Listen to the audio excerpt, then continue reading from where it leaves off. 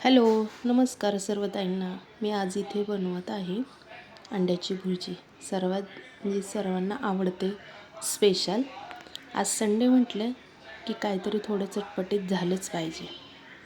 तर मी आज first time इथं प्रयत्न करते अंड्याची भुर्जी दाखवण्याचा.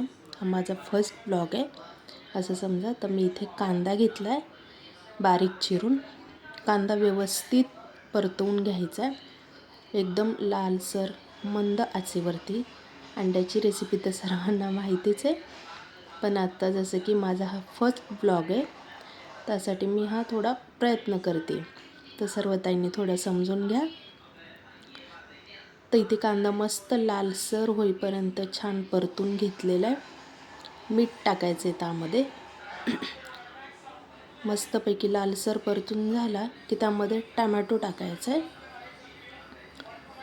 टमॅटो पण मस्त तेलामध्ये चांगला स्मॅश होईपर्यंत परतून घ्यायचा आहे, म्हणजे की टमॅटो बारीक झाला की अंड्याच्या भुर्जीला अजून टेस्ट वाढते. त्यानंतर इथे हळद, मीठ, लाल तिखट ते टाकून मी थोडंसं परतवून घेतलेले आणि घरचं लाल तिखट पण टाकलेलं आहे मी, जे की आपला गावठी मसाला. आपलं गावाकडे जे लाल तिखट बनतं, कांदा खोबरं वगैरे तो मी मसाला इथे टाकलेला आहे. त्याला गावठी मसाला बोलतात सातारी भागात. तर मी तो इथे टाकून घेतलेला आहे आणि त्यानंतर थोडीशी कोथिंबीर टाकली आहे आणि मस्त बारीक करून घ्यायचा. त्यानंतर इथे अंडं टाकलेलं आहे. अंडं थोडंसं हलवून त्याला एक वाफ काढायची आणि मग त्यानंतर ते चांगल्या प्रकारे असं फुलून येतं. आणि मग इथे मी थोडंसं परतून घेते.